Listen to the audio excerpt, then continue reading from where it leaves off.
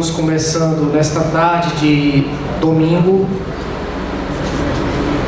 dia 4 de agosto de 2019, no Cimesp, 14ª edição, ano de 2019, mais um trabalho na sala de entrevista e bate-papo.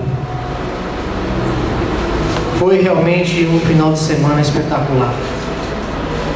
Cada vez mais o Cimesp vem mostrando que realmente é uma página importante na divulgação da doutrina espírita e dos trabalhos de caridade e de amor que trazem mais esperança e conforto a todos nós. Então agora, para a continuação dos trabalhos deste dia de domingo, eu chamo o nosso querido irmão Wagner Moura e a nossa querida irmã Clarissa Luz. Paz. Mas traz luz do mesmo jeito, né?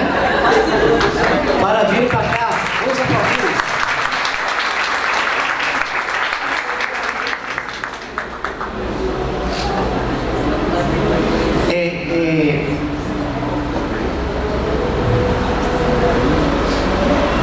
Mais uma vez eu quero comentar que o Raul Teixeira me ensinou que quando for tirar foto, a gente, com uma mulher, a gente não pode cortar a mulher. Então a mulher não pode ficar no meio dos dois homens, não. Era eu, Paula e ele. Ela fica na ponta dele, não fica no meio dos homens, porque senão você corta a mulher. Então, que fica esse ensinamento de Raul para todos nós.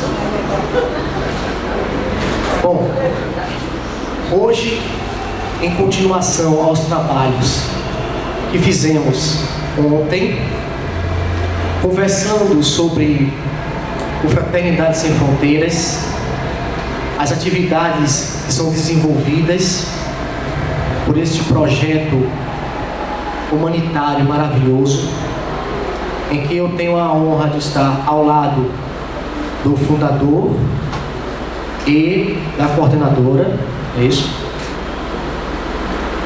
Hoje teremos uma exposição, né, Wagner, sobre o trabalho em si, as vivências geradas nas comunidades que eles desenvolvem pertinentemente essa atividade, esse trabalho. Então, para não mais prolongarmos, eu vou deixar aqui o trabalho para vocês continuarem. Vai ter o trabalho de slides no vídeo, e fiquem à vontade para começarem essa atividade. Muita paz.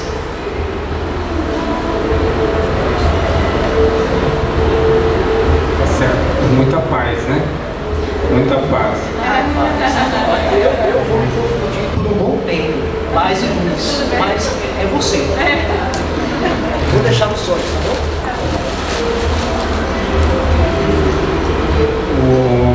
Posso ficar em pé?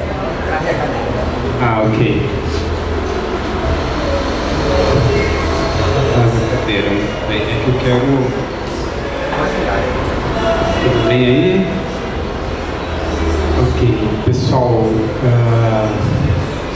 muito obrigado. Sejam todos bem-vindos mais uma vez. É uma alegria poder estar aqui, divulgar a causa, essa causa que é de todos nós. A gente vai falar aqui um pouco sobre isso. Antes de iniciarmos, eu queria só fazer uma pergunta. Quem aqui esteve hoje de manhã ouvindo a nossa bate-papo lá? Ok. Então, mais ou menos a metade ouviram e a outra está chegando agora, né? Sejam todos bem-vindos. A gente vai falar um pouco, e eu quis ficar em pé, porque assim eu posso olhar a todos, né? Porque isso é fundamental. O olhar é fundamental. A valorização do ser humano, que é um dos valores da organização humanitária Fraternidade Sem Fronteiras, é extraordinário. Porque quando a gente consegue olhar para as pessoas, a gente entra numa outra energia.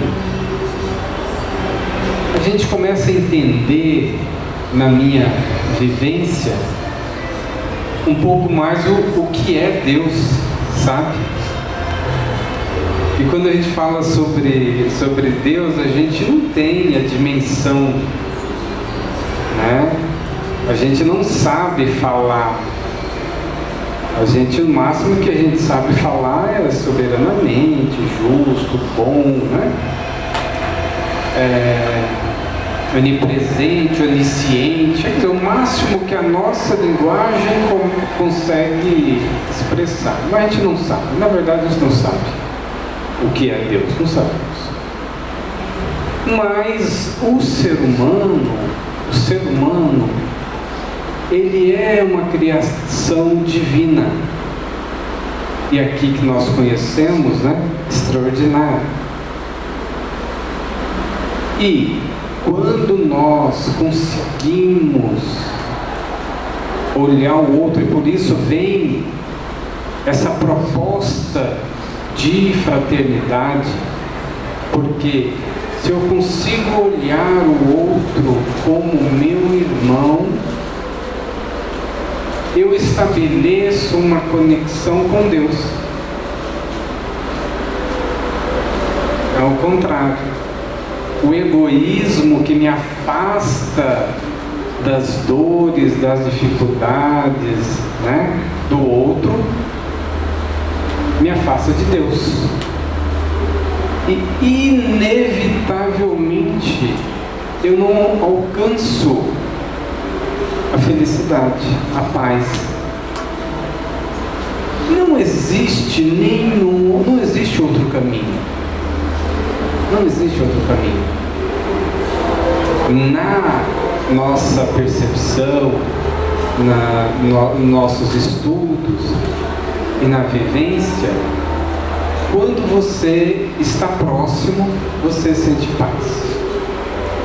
Tem uma situação que eu costumo contar, eu vou mudar um pouco, porque aqueles que eu colocar numa outra vertente, aqueles que já escutaram lá também possam ter uma outra versão.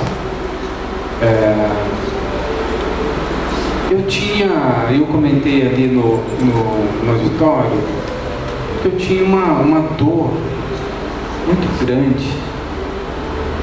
E essa dor para mim foi uma bênção. Porque essa dor no início, que começou criança, quando meus pais se separaram, eu contei essa história,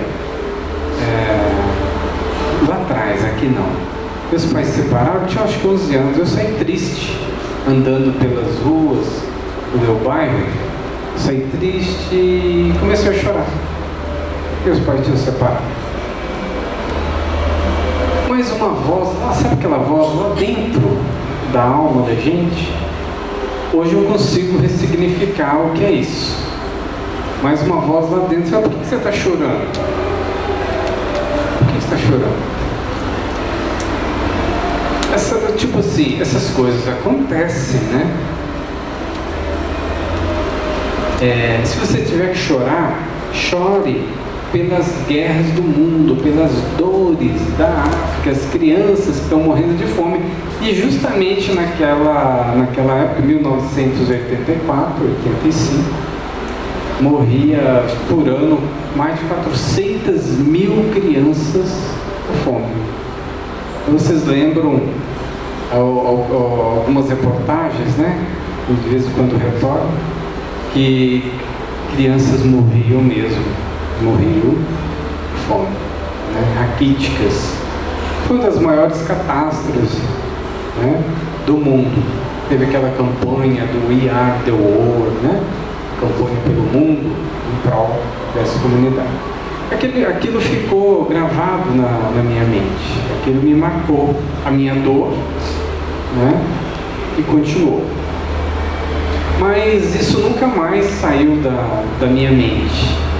Nunca mais saiu da minha mente. E eu sempre tive as dores. Eu não sabia que dores eram essas. Na juventude, por exemplo, né? Eu sentava no meio-fio e falava assim, mas meu Deus, o que é? Olhava para as estrelas, né? Chorava, muito jovem, não conseguia me enturmar com os assuntos dos jovens da minha idade. Passava meio rápido, aquilo não fazia sentido para mim. E eu tinha uma busca que eu não sabia qual era, né? Eu sabia qual era essa busca. Isso foi passando. E aí, uma vez eu vi uma reportagem na televisão do Chico Xavier. Ele estava fazendo caridade, era uma fila imensa. Ele diziam que ele vivia para ajudar as pessoas. Eu falei, gente, fez sentido para mim. Então foi uma inspiração, sim. Aquele homem devotado ao ser humano, a vida dele, eu falei, aquilo faz todo sentido para mim. E a partir daí eu comecei a buscar trabalhos sociais, espíritas, inicialmente pela periferia de Campo Grande. E ali em Campo Grande eu ajudei na montagem de vários trabalhos sociais.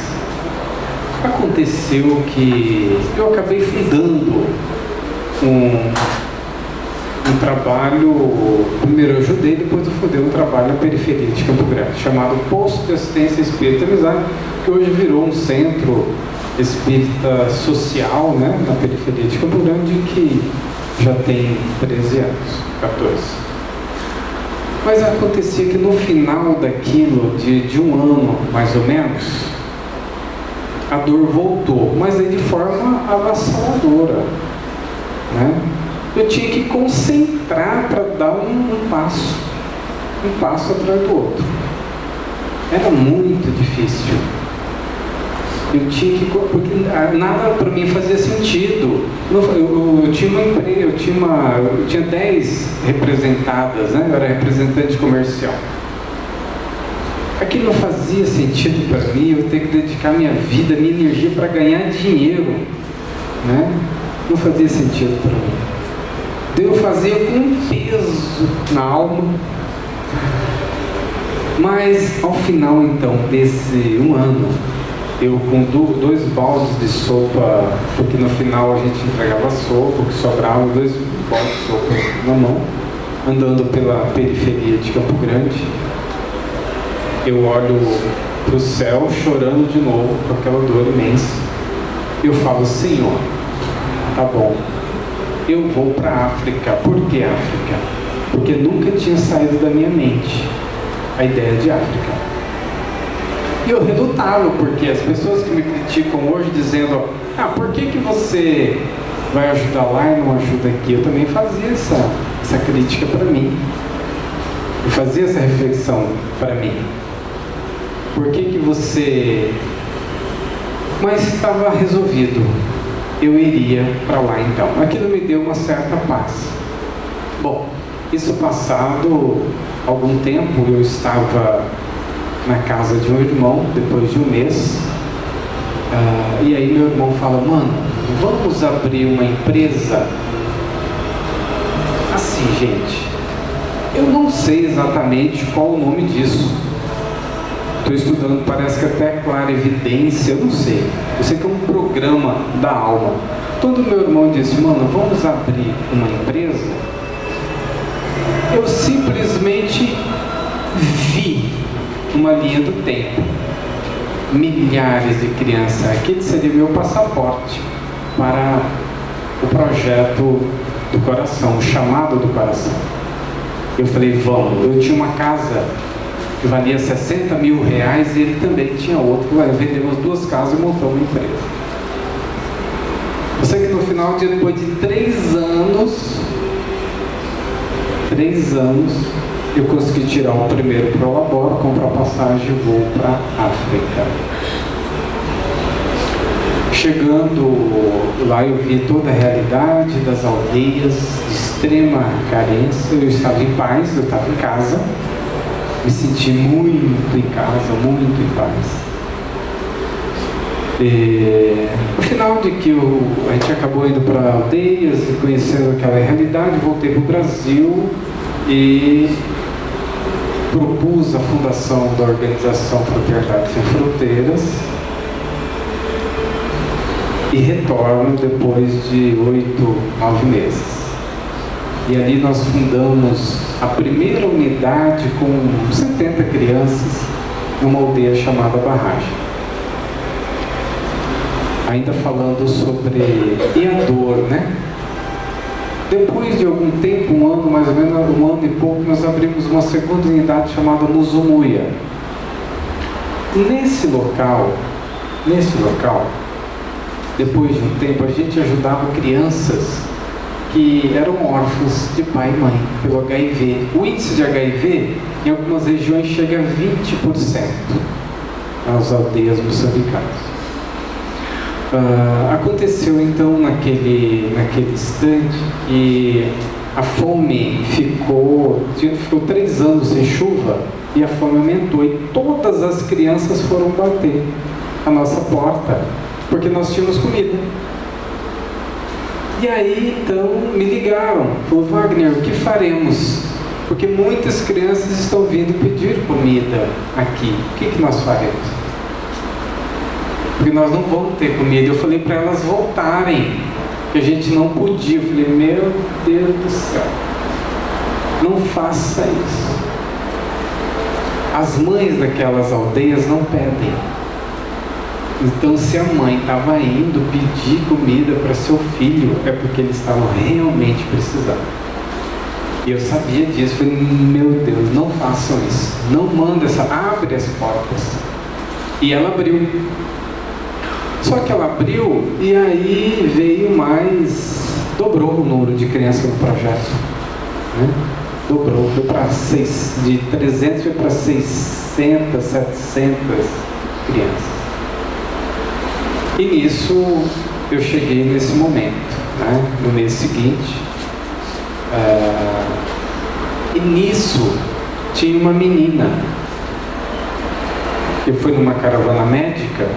E está aqui o nosso querido André escondido lá, que é o coordenador das caravanas, diretor da fraternidade. Está escondidinho ali, mas é um dos maiores divulgadores da Fraternidade Sem Fronteiras. Eu vou contar a história dele aqui. E eles estavam coordenando uma caravana médica e ampararam essa criança, né, chamada Malfa. Estava toda magrinha, cheia de ferida, tinha contraído HIV com 3 aninhos de idade, devido à transfusão de sangue. E estava quase morrendo. Ampararam a Malfa. Ampararam.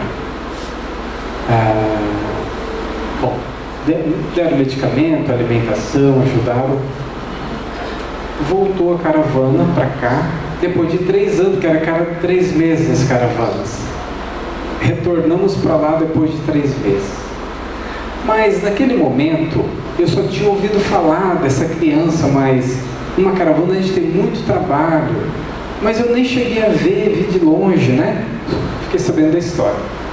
Quando eu desço do ônibus, né, do micro-ônibus, junto com a caravana, eu vejo uma menina, uns 50 metros em distância, ela abriu um sorriso iluminado.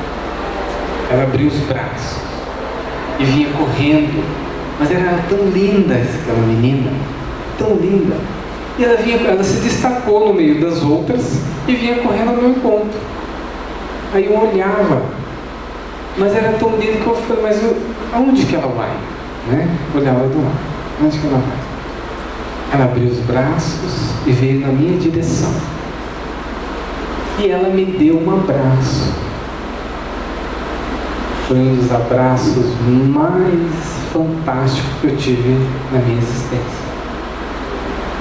E eu tinha uma dor contínua, avassaladora, que não passava, que tinha diminuído, mas não tinha acabado. E eu senti que aquele abraço, ela foi na minha alma mesmo. Ela adentrou. Eu senti paz. Uma força tão poderosa de simplicidade, de amor, que eu senti que Eu tinha dor desde de criança, lembra? Eu senti que ali estava encerrando um ciclo pelo amor. Então, aquela criança, aquele gesto puro me aliviou a dor da minha alma.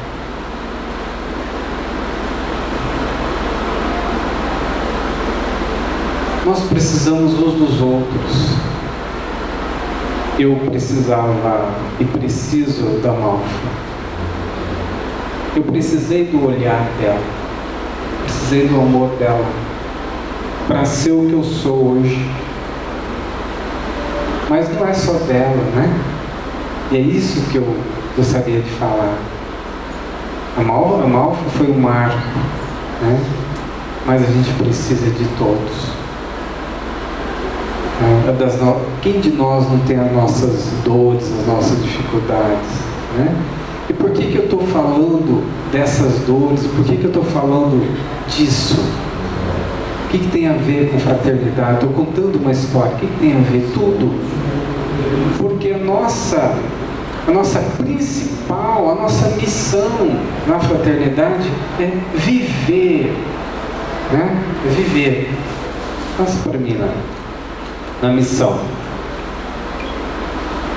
Pode passar. A nossa missão é vivenciar e incentivar a prática da fraternidade, sem restrições étnicas, geográficas ou religiosas, amparando prioritariamente crianças jovens em situação de vulnerabilidade ou risco social. Então a gente começou a entender e aprofundar essa vivência. Eu comecei falando do olhar. Acho que eu contei aqui, que eu fui visitar uma das obras da Madre Teresa de Calcutá. Eu visitei trabalho na Índia, mas eu fui conhecer outro também na Etiópia. Entrando então nesse trabalho, eu vi uma paz, né? Eu contei aqui uma paz extraordinária, de mais ou menos umas 400, 500 pessoas, e eram pessoas resgatadas da rua, numa das mais vulneráveis, vocês possam imaginar, ela resgatava. Aqueles que estavam melhorando ajudavam aqueles que estavam em situações mais difíceis, mas era uma harmonia grande. Eu, como já tinha alguma experiência no trabalho humanitário, eu falei, mas como que pode ter uma paz dessa? Então eu quis falar com a Madre Superiora e perguntei, como é que vocês conseguem manter uma paz dessa diante de pessoas de extrema necessidade, problemáticos, né? Que estavam morando nas ruas? Como é que vocês conseguem? Tem alguma orientação direta de Madre Teresa de Calcutá? Eu pergunto. Eu entusiasmado ali para saber. Eu tenho sim. A primeira orientação é que a gente ore a Deus. Todos os dias de manhã a gente se reúne, a gente vai e fazemos a oração para Deus, pedindo a Deus orientação, paz. Ai, que lindo, né? E o segundo? O segundo é viver bem com as minhas irmãs, olhar as minhas irmãs que trabalham comigo, Se eu estiver em paz com Deus, em paz com meus irmãos, tudo dará certo. Pronto, estava a receita. A receita da Madre Teresa de Calcutá: amar a Deus sobre todas as coisas, teu próximo como a ti mesmo. Começando por aqueles que estão do teu lado. E foi isso. Parece ser, a gente gosta de falar sobre o óbvio, né? Mas é muito óbvio. O desafio nosso é viver essa fraternidade mesmo. A gente poder conseguir olhar o outro. Quando a gente fala de organização humanitária, fraternidade sem fronteiras, a gente vai ver aqui que existem inúmeras realizações e realizações que a tendência é que cresça muito mais. Agora, essas realizações, elas precisam ter a base, e é essa base de fraternidade, essa base de amor. Sobre isso, eu vou mostrar 2 vídeos que eu mostrei pela manhã. Um é do Padre Pedro e o outro é do Divaldo Pereira Franco. O Padre Pedro, só para ilustrar quem não viu, ele trabalha há 50 anos em Madagascar. Madagascar é uma das regiões mais pobres que eu já vi no mundo. De todos os países africanos que eu fui, o Brasil, o Nordeste, enfim, é um dos mais pobres. Nessa região, para vocês terem uma ideia, onde que nós trabalhamos, às vezes a gente chega a tirar 50 bichos de pé de um pé de uma criança. E não é uma não, gente. São milhares de crianças. A gente tem um setor dentro do nosso projeto de pessoas capacitadas em tirar bicho de pé. Vocês acreditam nisso? Em tirar bicho de pé. É uma coisa inenarrável. As crianças não têm acesso à água. Não tomam banho. A primeira vez que eu cheguei em Madagascar, eu tive uma visão assim de mais ou menos umas 100 crianças da minha frente. Eu fiquei estarrecido. Eu olhava e falei, meu Deus. Eu nem perguntei, estavam todas magrinhas. Mas eu olhei para elas e a única coisa que eu perguntei para o tradutor, que eu não falo francês e nem malgache, perguntei, gente, quando que elas tomam banho? Eu não perguntei se elas comiam ou não, eu perguntei quando que elas tomam banho? Eu fiquei angustiado com aquilo que eu vi. E a resposta, não tomam, Wagner. Eu falei, não, você não está entendendo. Quando que elas tomam banho? Porque tem que tomar, né? Uma vez por semana, 2 vezes. Bom, a resposta, não tomam, Wagner. Eu não quis acreditar, gente. Aí novamente eu retorno a pergunta. Por favor, quando que você não está me entendendo? Eu quero saber quando que essas crianças tomam banho. Aí novamente eles conversaram. Aí me retornaram, não, Wagner, quem não está entendendo é você. A água aqui é caro. 20 litros de água equivale a 50 centavos de real. É muito dinheiro. E quando compra água, é para beber. Não é para tomar banho. Eu não sosseguei meu coração enquanto eu não comprei um caminhão-pipa de água. Comprei um monte de balde. Aquilo foi para aliviar o meu coração, acho que nem para ver, mas o meu, eu fiquei tão angustiado. Então eu comprei caminhões-pipas, sabão, né? Bucha, e fiz um banhaço. Imagina. Um monte de criança peladinha, toda. E eles não tinham roupa. Aí o que fazer? Tinha um trapinho. Aí lavaram o trapinho e colocaram. Olha a cena. Eu não posso colocar isso, não posso publicar isso, né? Não pode. Mas colocaram uma esteira, as crianças ficaram assim, todas peladinhas, no sol para secar.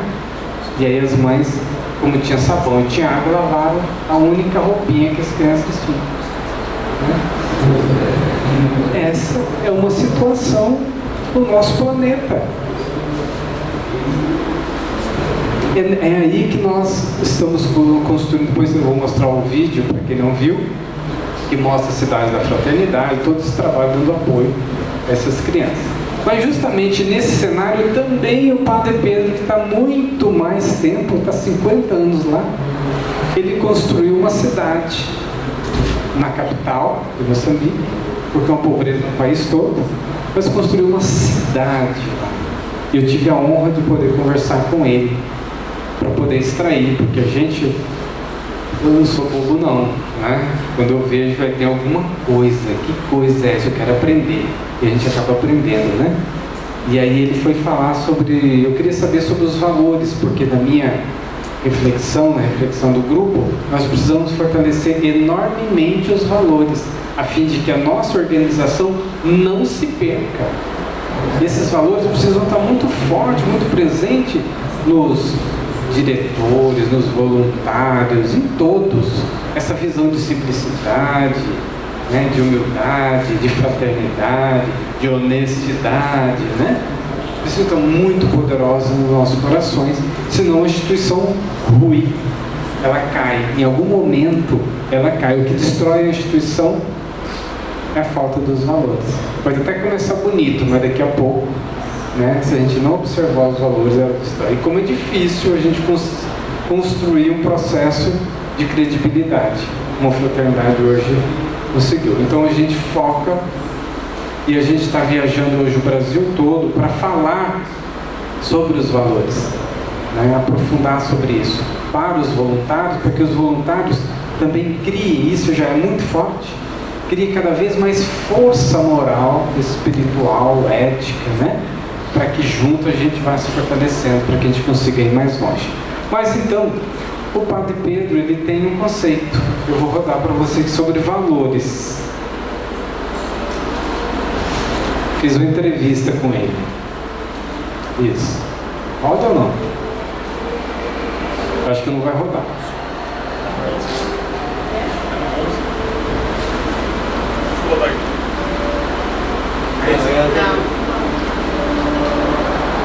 Mas tudo bem, se não rodar não tem problema não.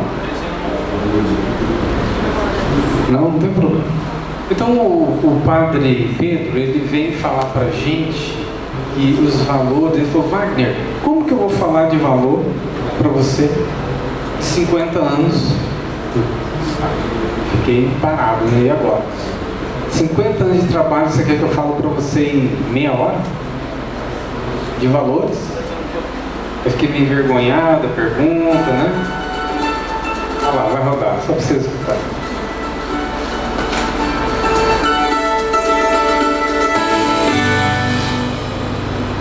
Los valores aquí, yo a los chicos no les explico, los vivo con ellos. Y ellos saben, ya después también se les explican en la escuela, pero es que explicamos muchas cosas. Perdemos mucho tiempo en formación, y muy poco tiempo en vivencias. Estudando, o senhor fala que às vezes as pessoas estudam muito e praticam pouco. Exactamente, hay muy poca práctica, hay mucha teoría, mucha aplicación, porque los valores no son conceptos teóricos. Los valores es una realidad, es un contacto, es vida, es energía. Nos ponemos a adueñarnos de ellos, ¿no? Voy a agarrarlos y retenerlos, no. Solo pasa y me transforma. Así que es una fuerza que cuando uno se deja impregnar de esa fuerza, de ese espíritu, de ese amor, de esos valores, entonces uno los vive en el contacto con los otros hermanos y hermanas.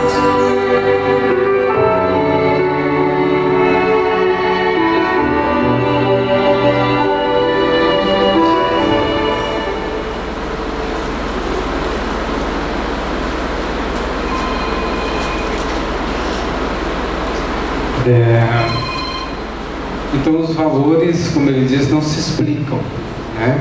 E agora, né? Como assim não se explicam? E aí ele fala, dá essa lição pra gente.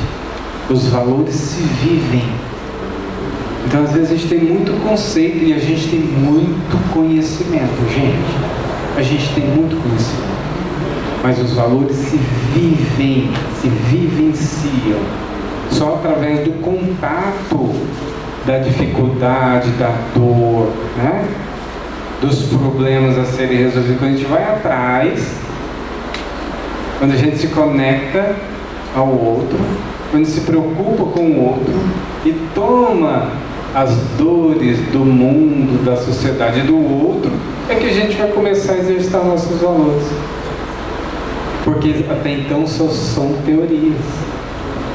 Então, estar engajado numa causa social, seja ela qual for, não precisa ser Fraternidade Sem Fronteiras, em qualquer causa que vai gerar dificuldades, você vai ser defrontado com os valores que precisam ser trabalhados dentro de você para que aquilo cresça, para que você se desenvolva, para que você consiga crescer, né? E falando sobre valores, na última viagem que eu fiz a Moçambique, eu acabo de chegar há pouco tempo da África, e eu e a Clarissa, nós estávamos visitando, na época era o filho do ex-presidente e do enteado do Nelson Mandela, né, em Moçambique. A gente estabeleceu uma parceria e dali a gente saiu caminhando para ir até o hotel. E eu estava querendo falar com essa menina, essa Florência. A Florência foi a segunda jovem universitária da Fraternidade Sem Fronteiras. Ela iniciou lá atrás, na extrema pobreza, a gente foi ajudando ela, olha só. Ela comentou para nós que a única coisa que faltava para ela quando criança era comida, e a fraternidade deu. Mas depois ela ia parar de estudar até a 5ª série, porque na aldeia dela você tem até a 5ª série. Aí a gente ajudou ela e mais 750 jovens a irem para o ensino médio, terminaram, né, o 2º grau, e ela conseguiu entrar na universidade, né? Nós somos 3 universidades. E eu queria visitá-la, porque é a única que estava na capital, está fazendo psicologia, e eu pensando nela, olha só. Aí no meio de 1,5 milhão de pessoas, na última hora, porque eu já ia viajar no outro dia, não tive tempo de falar com ela, no meio da rua, eu vou caminhando, a Florência me acha e vem, eu vejo a menina igual a Malfa, correndo do meu lado, eu olho, é a Florência, né? E ela pula em mim, ela não me abraça, ela pula em mim, com as 2 pernas e os braços, e me gruda, as pernas e os braços. E ali foi mais ou menos como a Malfa, foi um ato de profundo amor, de verdade, de entrega, E aí eu parei, fiz assim, me respirei, né? A gente parou para tomar um lanche, eu queria conversar com ela, a gente ficou conversando. E aí no meio da conversa ela diz o seguinte, olha, a fraternidade estará comigo para sempre. Nunca esquecerei do amor que recebi. Depois de me formar, quero fazer também o bem para minha gente. Ela me falou, continuou falando, que o que mais marcou, e ela não lembrou da comida, do ajuda escolar, o que marcou ela, o que ela falou para mim, era que todas as caravanas, todas as pessoas que iam lá, davam muito amor para ela. Como que eu posso esquecer, papá? Ela falava, papá, como eu posso esquecer tanto amor que eu recebi? Eu quero fazer a mesma coisa. Então o amor genuíno, verdadeiro, ele é transformador, ele é curador, ele cura as nossas dores, cura a dor do outro, ele cura. O amor, ele pacifica a gente, pacifica o outro. Esse sentimento nos fortalece, nos dá ânimo, nos dá força, nos dá vida. Então viver esses valores é extraordinário. Eu posso falar aqui de um conceito de amor, mas você viver experiências de amor é extraordinário. De tal forma que é inteligente a gente abraçar mesmo. Pode ter um monte de problema, vai ter mesmo. Abrace uma causa com força, com fé, com dedicação, seja a causa da tua família, seja a causa da sua família. Olha, tem uma situação aqui desafiadora, é essa mesmo que eu vou abraçar. Olha, você vai ter um monte de problema. Mas se você conseguir desenvolver ali as potencialidades dos valores, né, humanos, a gente cresce, a gente se desenvolve. Então, quando a gente fala desse momento, a gente quer fortalecer todos nós que estamos na causa, somos padrinhos, apoiadores que estão aqui, que a gente não esqueça que o principal, a gente quer ajudar, crianças precisam ir muito, a gente precisa triplicar o trabalho em Madagascar, em Moçambique, no Malau, e aqui, criança com microcefalia que está esperando vaga, precisamos triplicar, mas nós precisamos, antes disso, fortalecer em nós as forças morais e espirituais. Senão a gente desanima, você vai desanimar, não tem jeito. Existem forças na Terra, energéticas, que vão em algum momento contra você e você vai desanimar.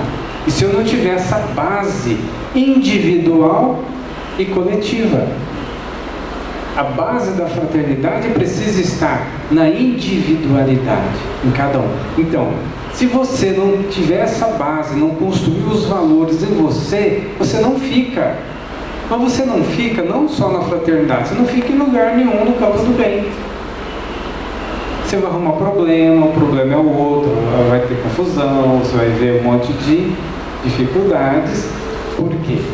Porque quando eu tenho a base, eu vou conseguir passar por todas essas adversidades.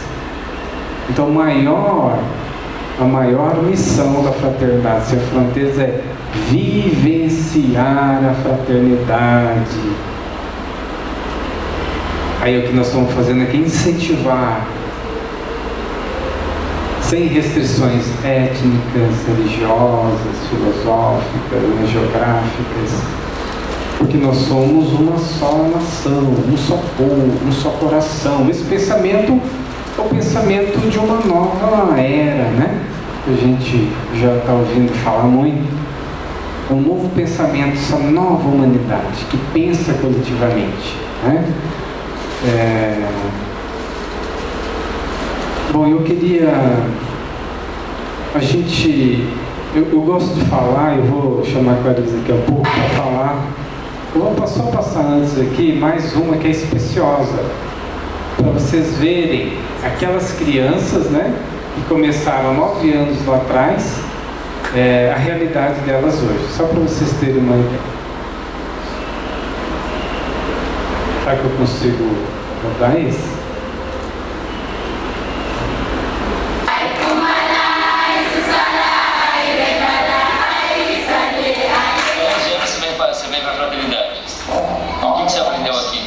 Muita coisa.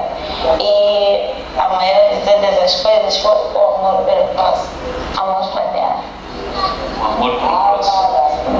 O que é o amor pelo próximo, para quem não conhece? Definir exatamente não sei, mas ter aquela compaixão pelo próximo, quem está precisando, dar ajuda. Especial, o que você vai ser quando você crescer? Eu sou uma professora. Uma professora? Do quê? De biologia? Sim. E daquela menina de 11 anos que entrou aqui para bióloga, que você vai se formar, a fraternidade tem um papel importante. Muito importante. Eu estou estudando graças à fraternidade.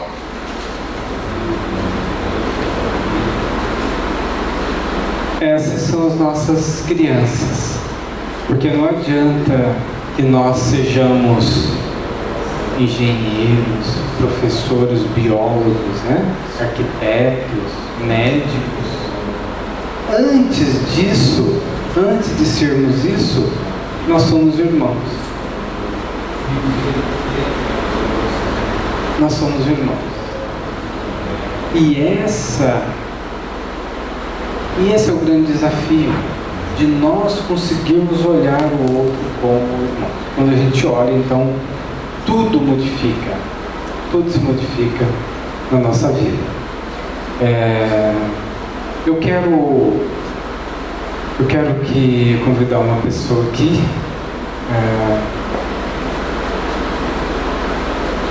A pessoa em determinado momento,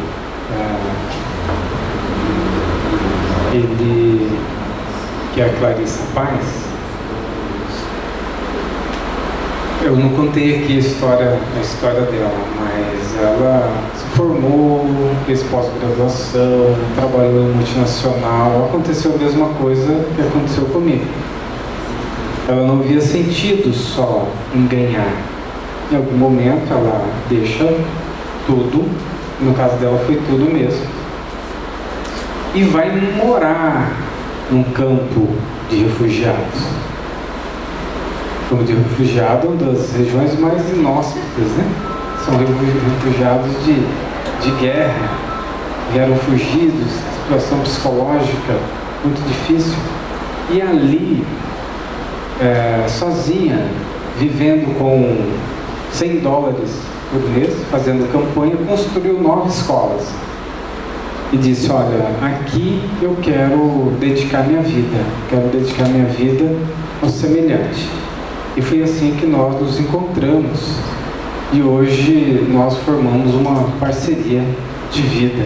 E hoje completa, exatamente, 1 ano do nosso encontro. Eu queria que ela falasse sobre o Ubuntu para vocês.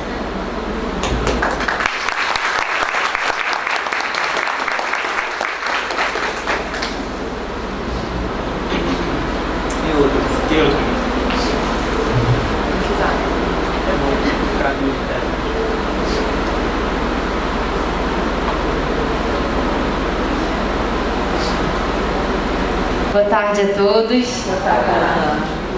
Eu sei que muita gente já escutou sobre o Ubuntu hoje, né? Mas para quem não escutou, eu vou fazer um resuminho rápido do que é esse conceito, do que é essa filosofia.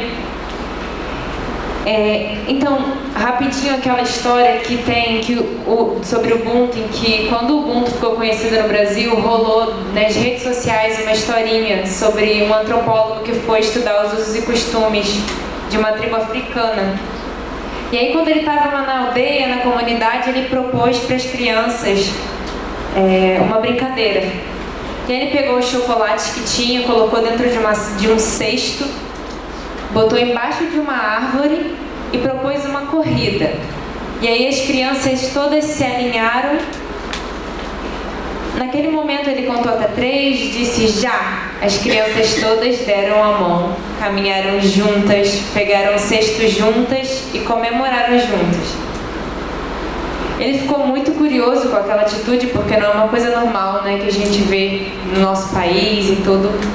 E aí uma das crianças olhou para ele e disse, Ubuntu, tio, como uma de nós vai estar feliz se todas as outras estariam tristes? Então, o Ubuntu é uma filosofia antiga africana, dos ancestrais. Quando a gente conversa com os africanos, eles sabem de Ubuntu porque eles escutaram dos ancestrais. Então, eles escutaram que quando alguém faz o bem é Ubuntu. Quando tem uma atitude que olha para o coletivo, isso é Ubuntu.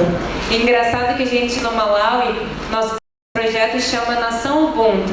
E aí alguns africanos de diversos lugares da África vieram perguntar se o projeto era do país deles, porque eles escutaram dos seus ancestrais, dos seus antepassados, essa palavra Ubuntu como coletivo, como amor ao próximo. Então o Ubuntu é o entendimento de que nós precisamos uns dos outros, de que a gente não aprende nada sozinho, de que tudo que nós sabemos hoje a gente aprendeu com outro ser humano. É o entendimento de que somos todos dependentes e que, diferente do que a gente aprende, a gente não precisa ser independente de tudo e de todos. A gente não nasceu para ser independente de tudo e de todos. Isso é um mito. É um mito de que a gente não vai depender de ninguém, porque a gente sempre depende de alguém, desde que a gente nasce até o dia que a gente morre. E o Dalai Lama e o Desmond, a gente está estudando bastante o Dalai Lama e Desmond Tutu, e eu super recomendo o livro dele chamado Contentamento. Eles estudam o Ubuntu durante as conversas, eles falam sobre o Ubuntu, e eles falam, e essa frase é muito interessante, que os nossos as nossas vulnerabilidades, as nossas fraquezas, as nossas limitações existem para que a gente veja que precisa um do outro. Porque a gente não sabe tudo, né? Então, o Ubuntu é o coletivo, é o amor ao próximo, é o entendimento de família universal. Eu sei que é muito difícil, eu também acho muito difícil a gente conseguir olhar para o outro e ver um irmão. É muito difícil. A gente não consegue isso ainda. Mas o que eu falo é que, eu sei que eu também falo muito sobre o Ubuntu e às vezes parece uma coisa impossível, como se para uma pessoa ter o Ubuntu ela tem que ser perfeita. Não, não existe ninguém perfeito no mundo. Não nesse que a gente está vivendo. Todos nós temos pontos fortes e pontos fracos. Então o que eu falo é que, para mim, o Ubuntu não é quem é perfeito, porque não existe, mas é quem está ali se esforçando para cada dia ser um pouquinho melhor. Porque, gente, eu vejo, hoje eu estou tentando me esforçar um pouquinho mais cada dia, sabe? Eu tento analisar o meu dia, eu tento pensar, estou tentando trabalhar um pouco isso dentro de mim, mas é muito difícil. A gente erra todo dia praticamente. Então eu digo que quem tem Ubuntu para mim é aquela pessoa que está honestamente tentando todos os dias melhorar. Porque isso exige muita disciplina. Os nossos erros estão aqui já dentro de nós e a gente conseguir modificar isso é muito difícil. Então quem tem Ubuntu é aquela pessoa que está ali todo dia tentando melhorar. É que senta a bunda na cadeira depois, no final do dia, e pensa: o que eu posso fazer melhor? O que eu fiz hoje? Eu posso melhorar meus atos, eu posso ser mais irmão, eu posso ser mais presente para minha família, eu posso fazer o bem para os meus amigos. Às vezes as pessoas falam: nossa, vocês vão para a África. Mas não precisa ir para a África para fazer o bem. Você pode fazer o bem dentro da sua casa. Você pode fazer o bem olhando para o seu amigo, escutando quando ele está num momento triste. Você pode fazer o bem no seu bairro, com a sua família. A gente pode fazer o bem de várias formas. Eu aproveito também para dizer que sintam a causa do seu coração, o que motiva vocês. Eu me motivo em ir para a África, mas de repente você se motiva pela causa do câncer, ou você se motiva pela causa das crianças com deficiência ou síndrome de Down. Faça o que o seu coração manda. E graças a Deus a gente tem diferentes pessoas que amam diferentes causas e a gente pode ajudar mais pessoas. No Malawi eu fui voluntária, eu fui em 2016. Eu trabalhava, tinha uma vida, entre aspas, boa, como a sociedade diz que é boa, né? Com um bom salário, um bom trabalho. Só que chegou uma hora que eu pensei: o que eu estou fazendo com a minha vida? Eu trabalho 10 horas por dia, simplesmente para deixar um acionista mais rico do que ele já é, e era esse o meu papel. Então eu comecei a me questionar: como? O que eu estou fazendo? Não é possível. E sábado e domingo eram os dias que eu me divertia fazendo trabalho voluntário nas favelas do Rio de Janeiro. E aí de uma hora para outra eu falei: não é possível que eu não possa viver fazendo isso. Aí eu peço a demissão, procuro um trabalho voluntário na África e fui assim, arriscando mesmo. Graças a Deus, com uma família que eu tenho, maravilhosa, que me dá apoio, então eu sabia que qualquer coisa que desse errado eu poderia voltar, que não ia acontecer nada. Eu falo também para as pessoas: quem tem filhos, quem tem contas para pagar, é muito mais difícil do que eu, no caso, sem filhos, não tinha nenhum compromisso, eu simplesmente larguei tudo mesmo e fui embora. E chegando lá, no campo de refugiados, onde vivem 48 mil refugiados de guerra. São refugiados que vieram principalmente da República Democrática do Congo. E esse país é um país que sofre muito, é um país muito difícil porque ele é muito rico. Rico em recursos naturais, rico em diamantes. E os países ricos na África hoje são os países que têm mais guerra. O Malawi, por exemplo, não tem guerra porque não tem recursos naturais. Então toda a indústria de armas é uma indústria muito grande no mundo. O dinheiro que é gerado com as guerras, o dinheiro que é gerado com a indústria de armas, o dinheiro que é gerado com a comercialização de diamantes, onde o Congo, por exemplo, é riquíssimo em diamantes. Então os países que são ricos assim, eles têm muita guerra. No campo de refugiados a gente encontra pessoas que perderam tudo por morarem em áreas de diamantes, ou perderam tudo porque falaram mal do governo e o governo é ditador, e qualquer ação contra o governo, qualquer comentário sobre o governo, você sofre um risco grande de vida. E tem também na África alguns preconceitos entre tribos que foram criados com a colonização. E o que eu falo muito, o que eu gosto de falar mesmo, é que a África tem esses problemas de tribo, mas isso não foi gerado por eles, isso foi gerado na época da colonização.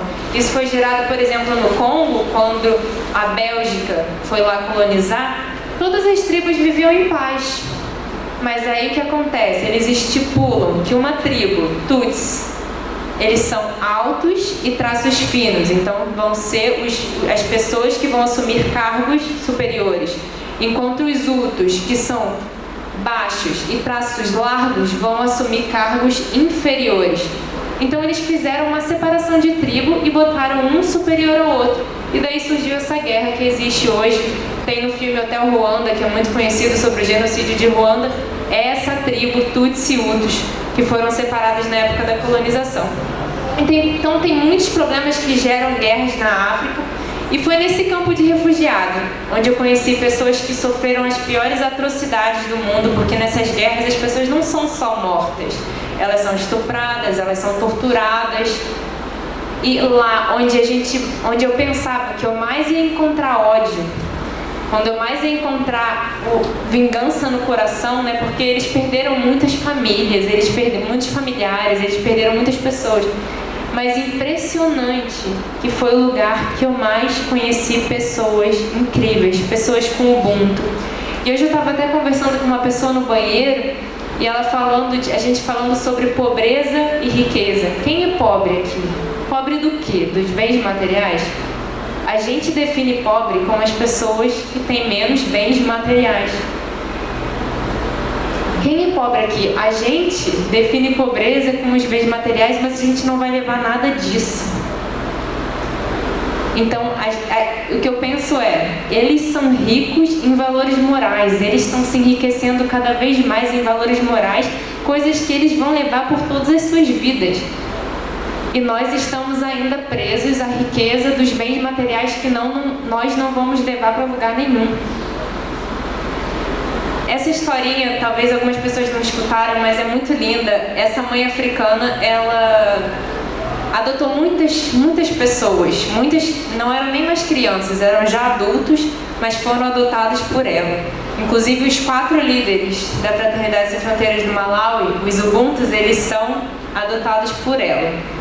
Eu estava na casa deles, conversando, a gente ia jantar, e eu dei um dinheirinho para eles justamente para ajudar na janta e também para que cozinhasse uma quantidade grande para sobrar para o dia seguinte para o almoço.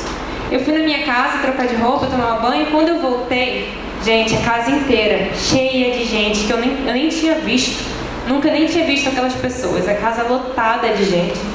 E aí eu pergunto para eles, mas essa comida não era para sobrar para o almoço do dia seguinte? O que vocês vão comer amanhã? E aí eles falam para mim, Clarissa, como a gente vai guardar comida se tem gente passando fome? Gente, é muito impressionante porque nós não dividimos nem o que a gente tem de sobra. A gente quer guardar. Eles estão dividindo o que eles não vão ter.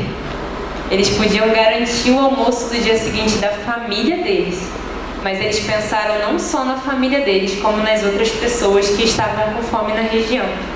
Então é muito, muito lindo. E aí eu pergunto, quem são os ricos, quem são os pobres?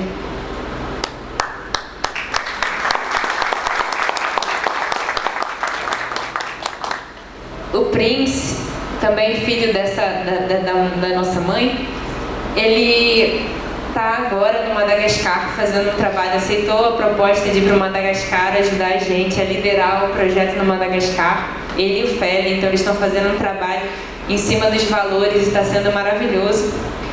Eles são exemplos muito, muito lindos para nós. O Prince, ele tem o corpo inteiro queimado. Ele foi torturado, o pai dele foi acusado de oposição ao governo. Invadiram a casa dele, o pai dele tinha conseguido fugir. Aí o que fizeram? Começaram a queimar ele, perguntando, cadê seu pai? Tentando torturar para que ele contasse onde o pai estava. Mas nem ele sabia onde o pai estava, ele achava até que já estava morto. A sorte do Prince foi que ele desmaiou. Acharam que ele tinha morrido, pararam de torturá-lo. E aí, graças a Deus, o Prince sobreviveu e conseguiu fugir para o campo de refugiado. O Prince, a gente estava conversando sobre fazer uma padaria lá no Malawi, já com a experiência de Moçambique, que a gente tem uma padaria muito legal, né? Produzir pão, é uma renda para eles. E a gente estava conversando, e eles achando tudo maravilhoso, né? As ideias para o projeto. E aí eu e Wagner já conversando sobre a divisão de lucros que teria essa padaria. Ah, que legal, eles 4 podem ficar responsáveis pela padaria, a gente divide os lucros entre eles 4. E aí vai o Prince, levanta a mão e diz: nossa, que incrível uma padaria, a gente vai produzir muito pão, vamos ganhar muito dinheiro. E aí a gente pega todo esse dinheiro e reinveste na comunidade e ajuda a comunidade. Então a gente vê, né, eu e Wagner, com o nosso pensamento daqui, capitalista, né, materialista, a gente já pensou na hora, vamos dividir lucros, vamos dar um saláriozinho para cada. E eles, que não têm renda, porque um refugiado no Malawi não pode trabalhar e não pode sair do campo, ele que não tem formas de ganhar dinheiro, diz pra gente pegar todo o lucro da padaria e reinvestir na comunidade. Então esse é outro exemplo Ubuntu. E o meu último exemplo é o Mike. E o Mike o Mike é um caso a se estudar, porque o Mike, vivendo no campo de refugiados há 4 anos, ele achou que toda a sua família estava morta. O Mike tinha uma situação financeira muito boa no Congo, ele mal sabia até a língua do local do Congo, ele só sabia o francês. Realmente era uma pessoa que viveu na capital, que tinha uma vida... A família dele tinha uma condição financeira muito boa, formado em TI, ele fez faculdade e tudo. E foi parar no campo de refugiados achando que toda a sua família estava morta quando a sua casa foi invadida. Ele sempre me falou que não tinha ninguém vivo na família dele. Até que 4 anos depois, ele vem conversar comigo e fala: Clarissa, encontrei minha irmã no Facebook. Aí eu falei: mas como assim? Eu procurei de um dia para o outro, assim, não sei porquê, procurei no Facebook e encontrei minha irmã, o nome da minha irmã, e é ela na foto. Conversei com ela e toda a minha família está viva. Morreram os tios, os primos, mas a mãe, o pai, os irmãos, os familiares mais próximos, estão vivos. E aí eu falei: meu Deus, Mike, mas como é que você vai para o Congo? Porque um refugiado não pode sair do campo de refugiado. Então cruzar a fronteira seria um risco muito grande. Como é que a gente vai te levar para o Congo? Aí ele: me ajuda, eu só preciso de dinheiro, eu quero arriscar, minha família está viva, eu preciso encontrar eles. Aí, com um super medo no coração, eu falei: tá bom, você quer encontrar a família, vamos lá então, vai dar tudo certo. Ele foi pro Congo. Gente, chegando lá, encontrou todo mundo. Aí ele me liga no vídeo do WhatsApp, me mostrando, né, a casa toda, linda, a família, me apresentando a mãe, o pai, os irmãos, feliz da vida. E eu vendo lá a família toda unida e a casa ótima, a situação financeira da família deles continua muito boa. E aí eu olho pro Mike e falo: Mike, você não vai voltar, né? Encontrou família, não tem mais dificuldade financeira, né? E aí ele fala: vou voltar, e vou voltar daqui a 10 dias, porque a caravana da saúde está chegando, eu preciso trabalhar. Eu falei: meu Deus, como assim? Você encontrou a família toda, está todo mundo vivo, você está vivendo uma situação muito boa, você quer voltar para a extrema pobreza? Para a prisão, que é um campo de refugiado, porque refugiado não pode sair do campo, né? No Malawi é uma prisão mesmo. E aí ele falou: eu amo minha família biológica, eu amo eles são minha família, mas hoje eu tenho uma família muito maior, que é a minha família universal. Então eu vou voltar sim. E ele disse também... Ai, meu Deus, é até difícil falar, né? E aí ele falou: eu queria sair do campo de refugiados, queria sair para ir atrás de dinheiro, mas hoje a Fraternidade Sem Fronteiras chegou, então não preciso mais ir atrás de recursos para ajudar a população aqui, eu só queria dinheiro para ajudar aqui. Agora com a Fraternidade eu não preciso mais ir atrás de dinheiro, eu posso só trabalhar na missão da minha vida, que é servir a minha família universal. Nossa, gente, eu não sabia nem o que dizer, né? Fiquei quieta, falando: tá bom, né? Você tem certeza? Aí depois ele pergunta: o que você acha? Eu falei: ai, Mike, eu não vou nem te responder o que eu acho, que eu tô aprendendo com você.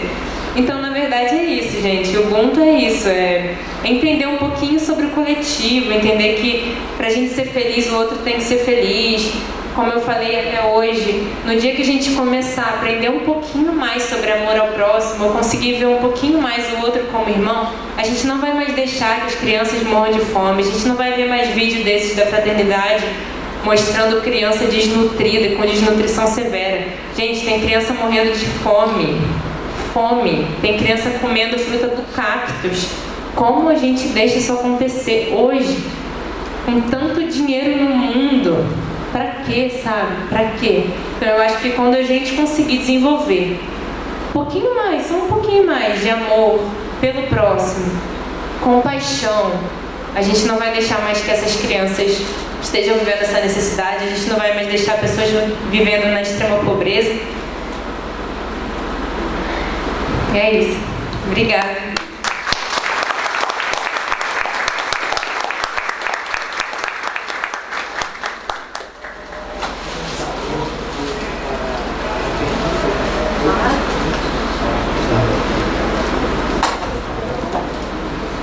É esse trabalho de chegar.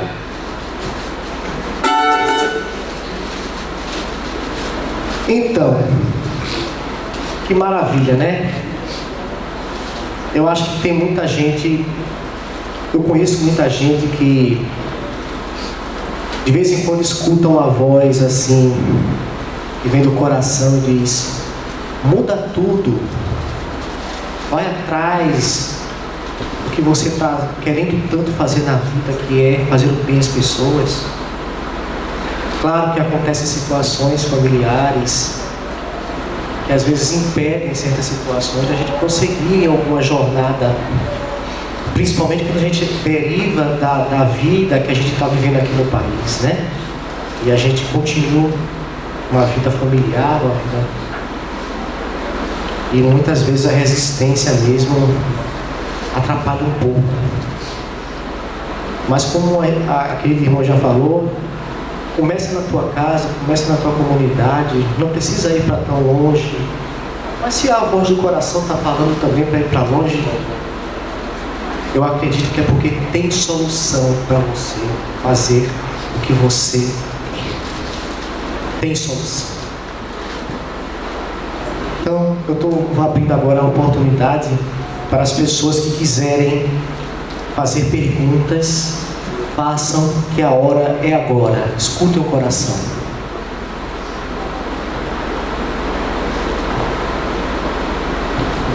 Alguém? Além dela, tem mais alguém aqui?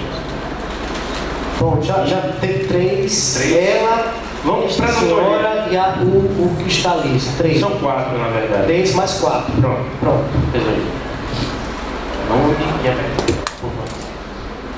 Olá, boa tarde. Meu nome é Shari. Eu sou do Rio, Boa Clarissa, mas eu estou morando agora há pouco tempo em Recife. Me mudei para cá, passei no concurso.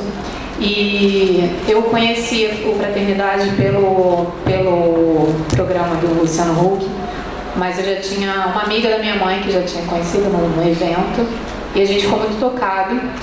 E eu fiquei muito emocionada em encontrar vocês aqui, porque, não sei, fez muito sentido. E eu entrei em contato, sabendo que eu já vinha para cá, entrei em contato com uma voluntária. E eu queria perguntar para vocês, como é que a gente faz para se voluntariar, para efetivamente se fazer presente aqui no Brasil, seja lá onde for. Como é que a gente sabe, né, das ações que estão acontecendo aqui? E queria agradecer a vocês por vocês existirem.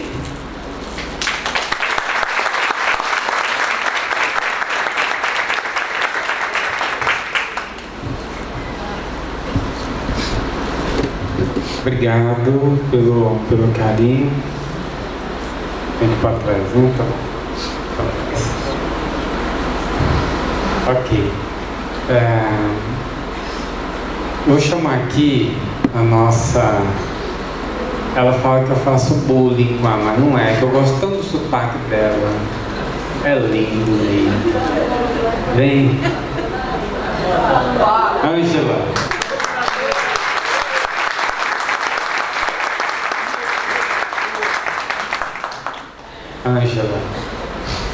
Ângela é um anjo. Ângela é um anjo aqui do estado, não só do estado, do Nordeste todo. E ela é a referência aqui que coordena os trabalhos para nós. Tem uma equipe maravilhosa, mas eu já tenho que indicar alguém, né, Ângela, ficar à frente. Depois você repassa. Aqui quem quiser de repente organizar, participar de eventos, assim como esse, voluntariar aqui, por exemplo, no stand, né?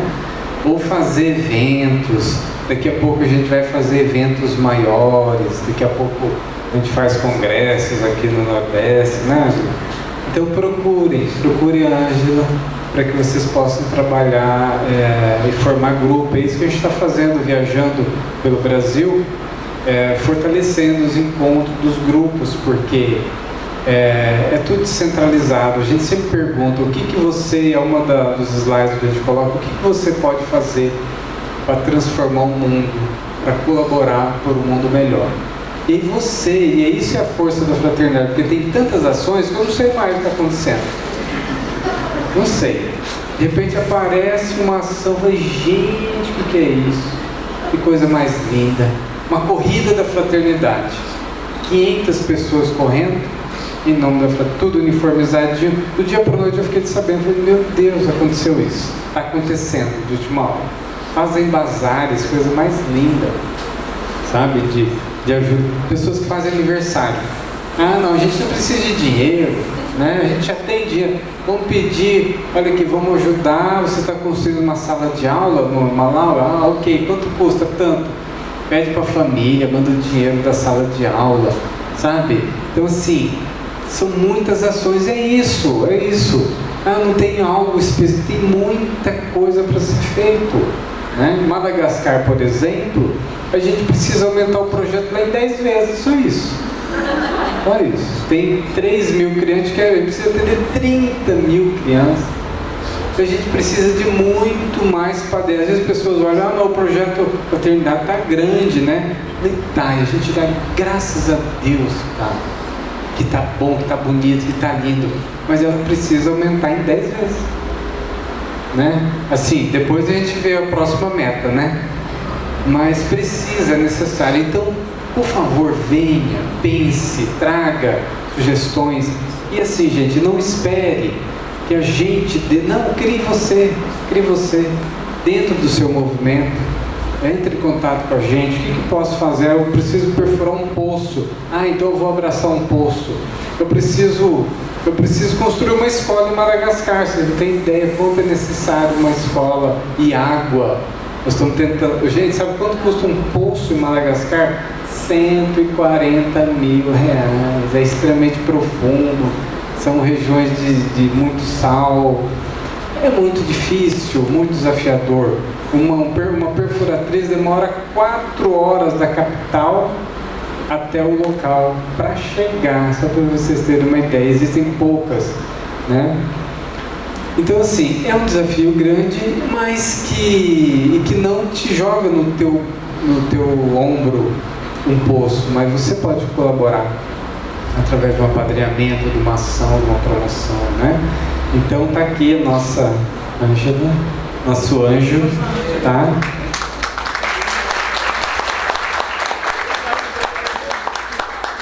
Fale. Uma lindeza. Oi, boa tarde, pessoal. Alguns aqui eu já conheço. E diante do que o Wagner falou, a gente sabe que tem muita coisa a fazer. Então, o que a gente pede realmente é um chamado no coração de cada um, dentro de suas potencialidades. O movimento é espontâneo, como o Wagner falou, tem muita coisa a ser feita. A gente precisa de muitas mãozinhas unidas. E o projeto, a proposta, a missão da fraternidade é isso. É a gente seguir junto, é a gente se reconhecer como irmão e a gente agir, né? É vivenciar essa fraternidade e incentivá-la. Então, eu estou à disposição de todos vocês aqui. Eu sou voluntária, não tem essa questão de coordenação, é uma representação local. Então, é um chamado para a gente trabalhar juntos e a gente construir dentro da fraternidade ou fora, mas é um movimento fraterno. Então, é o chamado, na realidade, do coração.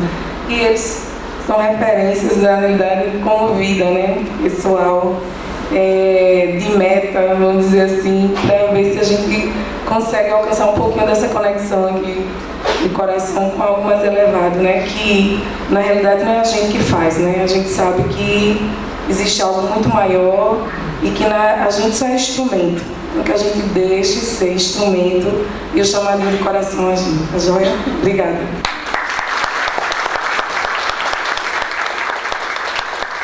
Ela não é uma coordenadora regional, ela era uma fofa regional. A gente vai para a segunda pergunta agora. Bom, gente, boa tarde. Meu nome é Márcia. Eu conheci o projeto ano passado e eu acho que com a apresentação da Ângela já respondeu minha pergunta. Eu gostaria de saber como eu faço para chegar no projeto de microcefalia lá em Campina Grande, né? Porque aqui em Pernambuco a gente teve um número muito grande de microcefalia. Então, como eu sou deficiente, com sequela de paralisia cerebral, a gente se sensibiliza, porque o meu caso foi um caso extra na medicina. Eu ando, eu falo, eu ouço, eu vejo aquelas crianças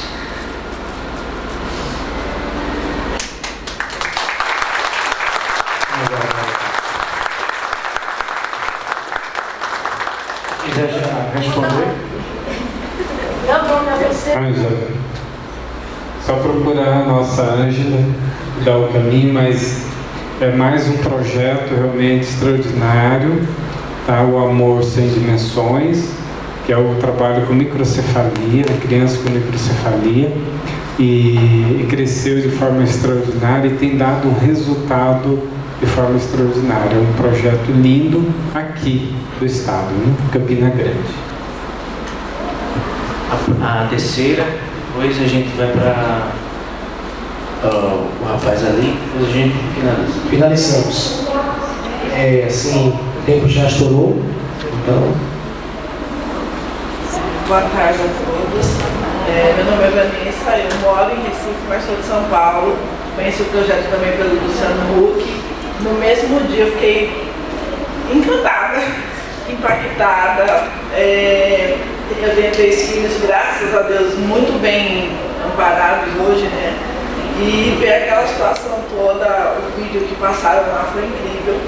E hoje, a minha dúvida é... no mesmo dia eu pesquisei, eu apadrinhei, comecei a participar do projeto, segui vocês em todas as redes sociais. E eu queria saber, assim, no mesmo dia eu fui pesquisar sobre a África, como seria. E eu vi, e é muito caro, é um custo absurdo, eu nunca imaginei que fosse tão caro. Assim, meu sogro é português, então a gente, eu imaginava, eu falava, não, deve ser mais ou menos a mesma coisa. É um absurdo o custo. E assim, não é uma coisa acessível a todos, infelizmente, né?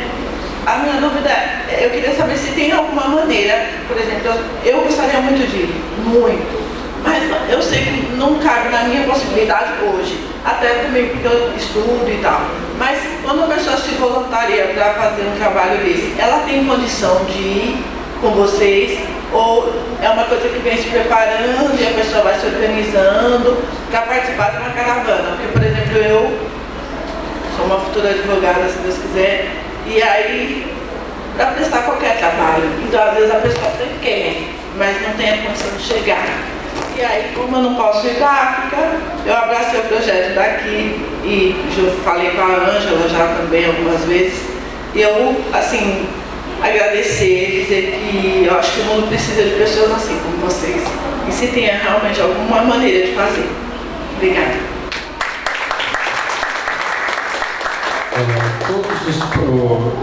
Tudo é voluntário, tudo é voluntariado, né? Raríssimas as exceções, quando é algum diretor de escola, por exemplo, que a gente vai abrir uma escola no Malawi, né? Ou um coordenador específico, né? mas tudo é pago pelo caravaneiro, né? Tudo. Realmente as passagens para a África são extremamente caras, quase o dobro do preço para ir para Portugal, por exemplo, né? Então, muito caro. E todos têm que pagar, inclusive toda a parte terrestre, é o padrinho que paga a alimentação, a ajuda da hospedagem, tudo. Nada é custo da Fraternidade Sem Fronteira. E ainda por cima, quem está indo acaba fazendo campanha, levando doação, medicamento, né? Ainda leva mais doação. E ainda deixa mais um pouco lá, né? Depois que vê o projeto.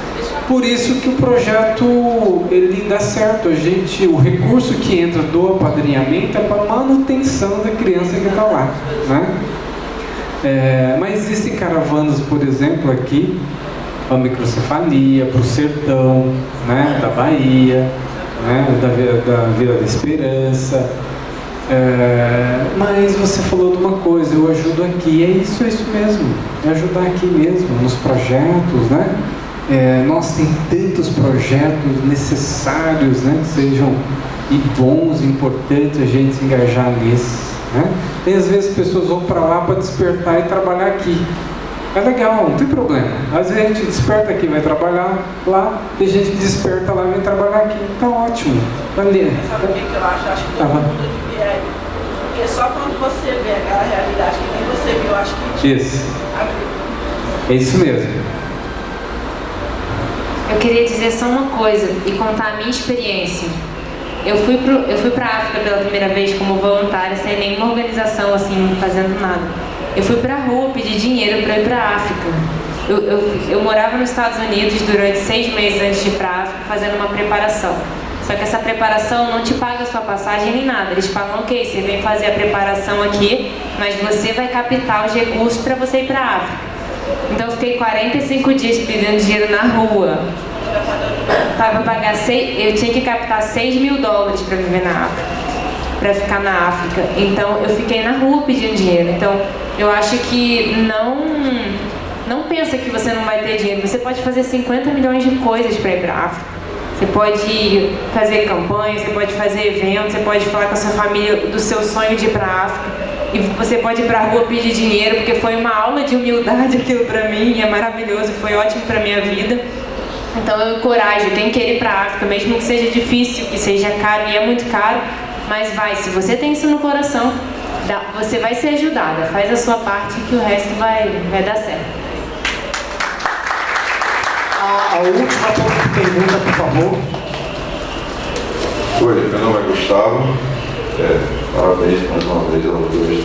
É uma pergunta e é uma curiosidade e uma sugestão. A pergunta é se vocês enfrentaram problemas burocráticos, políticos para implantar o projeto lá na África. E se tem alguma relação de dificuldade ou facilidade com implantar alguma coisa aqui no Brasil, questão burocrática. E você é Wagner Moura, né? Eu sugiro adotar o Paz, que aí fica Paz e Luiz e Paz fica... Então você adota o Luiz, pelo contrário. Aí fica Luiz e Paz, fica mais do que perfeito. Obrigado. Olha, as dificuldades existem, né? Lá como aqui, existem burocracias que precisam ser adotadas. A gente é regularizado em todos os países, a gente busca toda a documentação, toda a organização interna. Isso realmente às vezes leva meses de tentativas, de dificuldades, mas a gente vive num mundo ainda de muita burocracia, né?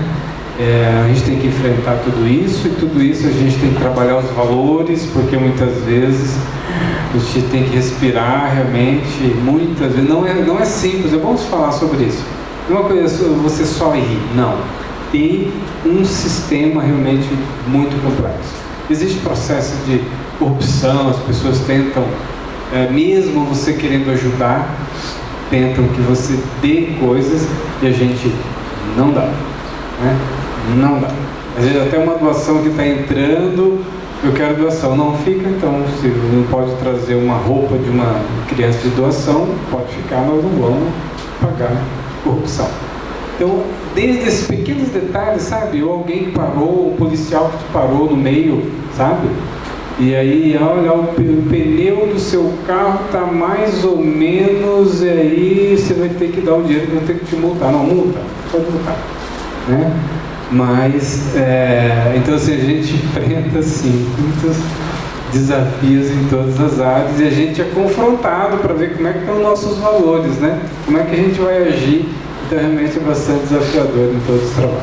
Não adianta ela falar uma coisa, pregar e fazer outra.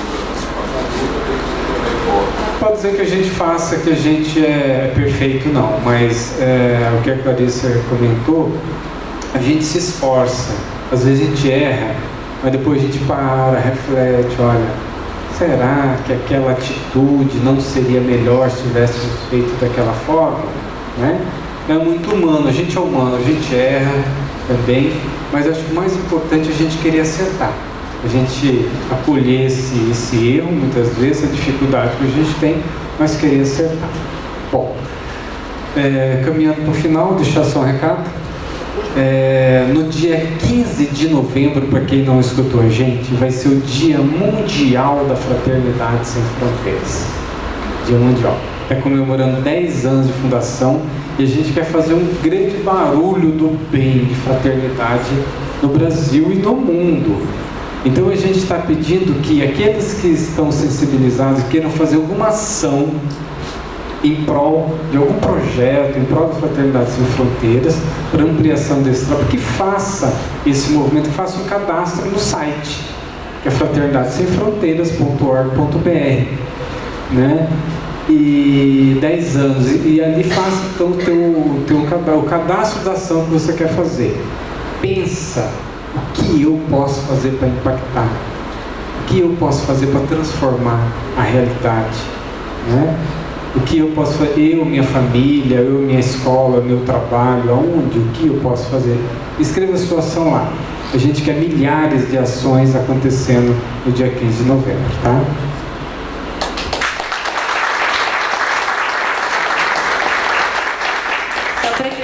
Eu queria dizer que pode ser ações bem simples também. Pode ser assim, reunir com a sua família e falar sobre fraternidade. Então, não pense que precisa ser uma ação super grande, não. O que vocês puderem fazer dentro das suas famílias, das suas casas, dos seus bairros.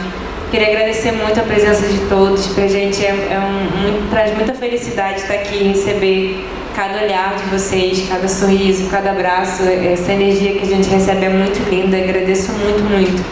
Muito obrigada a todos vocês. Gente, está sendo filmado ou está ao vivo também? Os dois. Contribuição. Essa é a palavra certa nessa hora.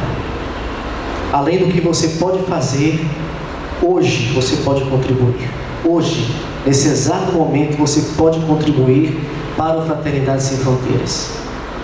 A cada R$50 que você contribui, mais uma criança é incluída no projeto. Vocês sabem o que significa isso? Mais uma criança está incluída no projeto. É mais uma criança que vai ter alimentação, vai ter mais pessoas, cuidadores, direcionando a vida, dando oportunidade da pessoa realmente, primeiramente sobreviver, né, eu acho. Depois buscar outras questões, outros valores. Então hoje você pode já fazer o que você realmente pretende para construir mais possibilidades na sua vida. Então acho que acessando o site do Fraternidade Sem Fronteiras, fraternidadesemfronteiras.org.br, eu faço um apelo ao Memorial Chico Xavier, que temos hoje 5.000 inscritos. As pessoas que estão nos vendo pelo Grupo Espírito da Serra de Deus, pela página do Grupo Espírito da Serra de Deus, Expansão do Caminho, todos e todas estão convidados agora a fazerem parte desse trabalho. Não deixem para depois. Muita paz e que Jesus Cristo esteja sempre conosco.